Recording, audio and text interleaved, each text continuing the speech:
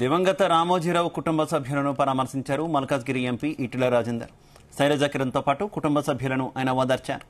రామోజీ మరణం తెలుగు రాష్ట్రాలకు తీరని లోటుని గుర్తు చేసుకున్నారు. అనంతరం రామోజీరావు చిత్రపటానికి నివాళులర్పించారు.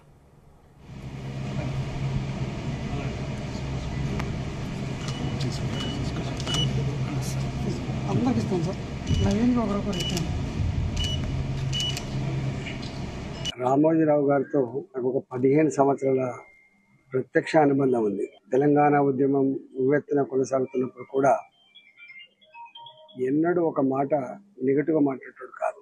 గ్రామీణ ప్రాంతంలో పుట్టి అంచెలంచెలుగా ఎదిగి ఏ పని మొదలుపెట్టినా, అదొక పత్రిక కావచ్చు, అదొక టీవీ కావచ్చు, ఒక ఇండస్ట్రీ కావచ్చు, ఏదైనా వ్యాపారం కావచ్చు, ఒక విలక్షణమైనటువంటి లక్షణం ఉన్నటువంటి కష్టం వచ్చినా నష్టం వచ్చినా దాని క్వాలిటీలో కానీ దాన్ని నడిపే పద్ధతిలో రాజీ పడకుండా నడిపినటువంటి వ్యక్తి రామోజీరావు గారు.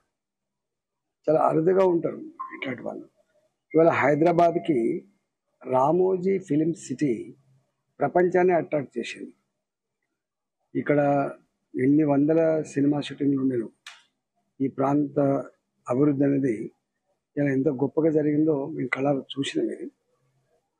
ఇవాళ వారి స్టూడియో కావచ్చు, వారి పత్రిక క్వాలిటీ కావచ్చు, మేము అప్పుడప్పుడు అంటుండేది, ఈ వయసులో కూడా మీరు ఇంకా ఏంది రామోజీరావు గారు అంటే, ఉన్నంత వరకు ఎథిక్స్తో వాల్యూస్తో బతకాలి, మనం రేపటి సమాజానికి ఆదర్శవంతంగా ఉండాలి, రేపటి తరానికి ఒక మంచి మెసేజ్ ఇచ్చే వాళ్ళుగా ఉండాలని చెప్పేవాడు. ఇవాళ వారు లేని లోటు తెలుగు ప్రజానికానికి తీర్చలేనిదిగా మేము భావిస్తా ఉన్నాం.